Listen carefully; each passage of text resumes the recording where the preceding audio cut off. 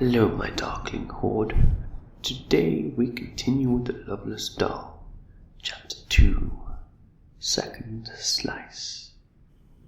A new day dawned, and the sunlight shone in through Dugan's window, illuminating the murky apartment.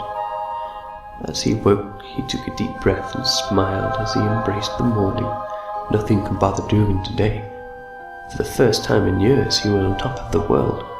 He went about his daily routine with a spring in his step, whistling as he stirred his morning tea. Dugan reached into his closet and pulled out a fresh, clean uniform, something he'd not done for weeks. Smiling to himself as he buttoned up the shirt in the mirror, "You the man," he said to himself. Navigating his way across the room towards a table where he had always left his keys, Dugan tripped on what felt like a piece of meat. And of course it was.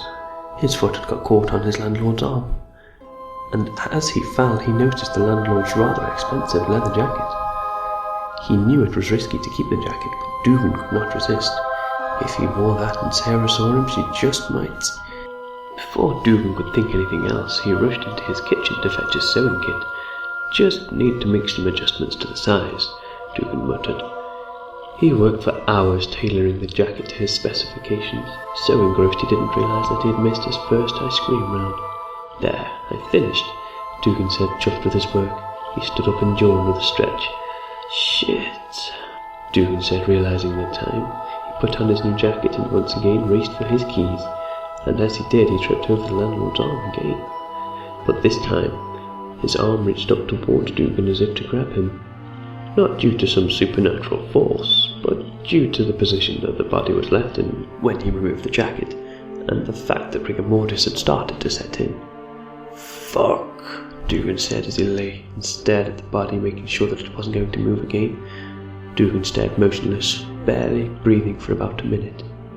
"It's okay," he said as he began to breathe again, relieved by the fact that his landlord was not a flesh-eating zombie hell-bent on revenge. Dugan closed his door and made his way to the truck.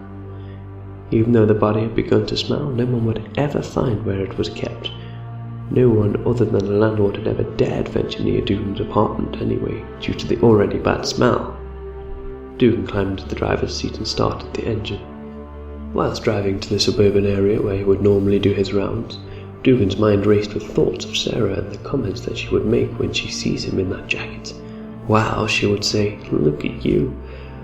Dugan had to quickly snap out of his fantasy as he nearly caused him to crash.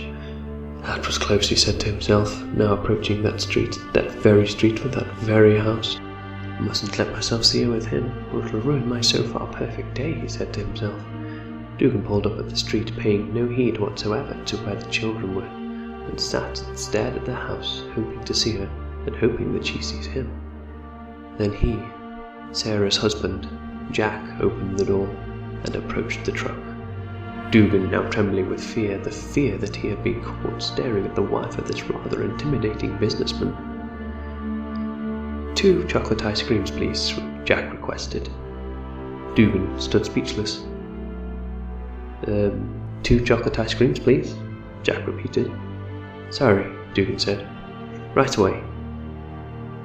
Dugan handed him the ice creams and immediately closed his hatch, before any of the children in the street could reach the truck. Dugan sat in his seat for a few moments, hyperventilating, before he completely discarded the rest of his customers on that street, and moved on to the next. As Dugan's day drew to a close, he decided to head home and call it a night, and once again opened the heavy wooden door to the main stairwell, but he was not prepared for what he saw inside. He had not seen the police car parked outside in the apartment block, so the sight of a detective in the stairwell startled him. "I need to speak to you," the detective said as he turned to look at Dugan. "Me? Why me?" "It's just a formality," said the detective. "I need to speak to everyone here, so don't leave your apartment until I've spoken to you." Dugan nervously walked up the stairs to his apartment and slammed the door shut behind him. "Shit," Dugan said to himself. "Gotta hide the body." Dugan grabbed his duvet and threw it over the body. No, that won't work. "Come on, Dugan, think," he whispered, running to the freezer, pulling out all of the drawers. No, not enough room. Dugan glanced out of the window. "The truck. That's a storage space," Dugan said excitedly, knowing full well that if he was to be seen carrying the body, it would be over for him. Dugan trembled. It was risky, but exciting. He threw the body over his shoulders and climbed out of the window and down the side of his apartment building. Either by luck or some not-so-divine intervention, no one saw the absurdity of this rather large man carrying a corpse down the side of an apartment building. Dugan was therefore able to stash the body in the refrigerated section of the ice cream truck and climb back into his apartment without being seen. A lot of Dugan's childhood was spent completing jigsaws that allowed him to deal with the stresses of life. But Dugan was very good at jigsaws, and for fun he would often put the wrong pieces together just to see what he could create. So the fact that Dugan was completing a jigsaw when the detectives came to interview him was not at all surprising. "Come in," Dugan said, frustrated about having been interrupted halfway through his jigsaw. Instead, the detective, a strong, well-built man perfumed by the scent of whiskey and stale cigar smoke. "Dugan, it is Dugan, right? At least according to your neighbours. I'm Detective Alan Cross." Dugan looked uneasy. "Don't worry, Dugan, you're not in trouble," said the detective with a confident grin. "I'd just like to ask you a few questions." "Okay," said Dugan. "Do you mind?" said the detective as he placed a fresh cigar in his mouth. Dugan shook his head. Relieved, the detective reached into his pocket and pulled out a match. The flame from the match highlighted the detective's stubble. "How much do you know about your landlord?" "Not much," said Dugan. Just that he owns the place." "I see. Are you aware that your landlord disappeared 2 nights ago? I was just wondering if you knew anything about that." Immediately confused, Dugan almost responded with, "That can't be right." Luckily, Dugan managed to find the right words in time. 2 days? Dugan blurted. I haven't seen him for weeks," Dugan said, mentally patting himself on the back for his act of genius. "Okay then, Dugan. Don't leave town just in case I need to come back and speak to you later." The door slammed shut.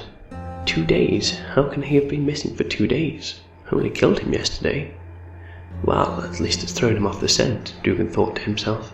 Dugan awoke early the next morning and crept down to his ice cream van to restock his supply for the day. To his dismay, he could not keep his landlord in his van and have a full stock of ice cream. Too paranoid to dump the body or take it back to his apartment, Dugan ran back inside to grab one of his old uniforms. "This'll do," he said as he rushed back to his van to dress up the landlord with it, placing his landlord in the passenger seat of the ice cream truck. "Looking good," Dugan said, and then started his usual round. Dugan was very pleased with his luck today. He had had customer after customer, which he attributed to his new friend in the passenger seat. When anyone stopped and asked about the other man in his seat, he would reply, "That's just Mr. Chill. He's old, he's tired, and he's not very talkative." Mr. Chill seemed to bring Dugan a lot of success. Even Sarah smiled at him. This just made his day. Well, until Dugan noticed the unusual amount of makeup that Sarah was wearing, and realized that her face had been bruised. Dugan's blood boiled, but instead of an all-out assault, Dugan receded back into his truck and closed the hatch. From there he discussed with Mr. Chill his plans to punish the rich bastard.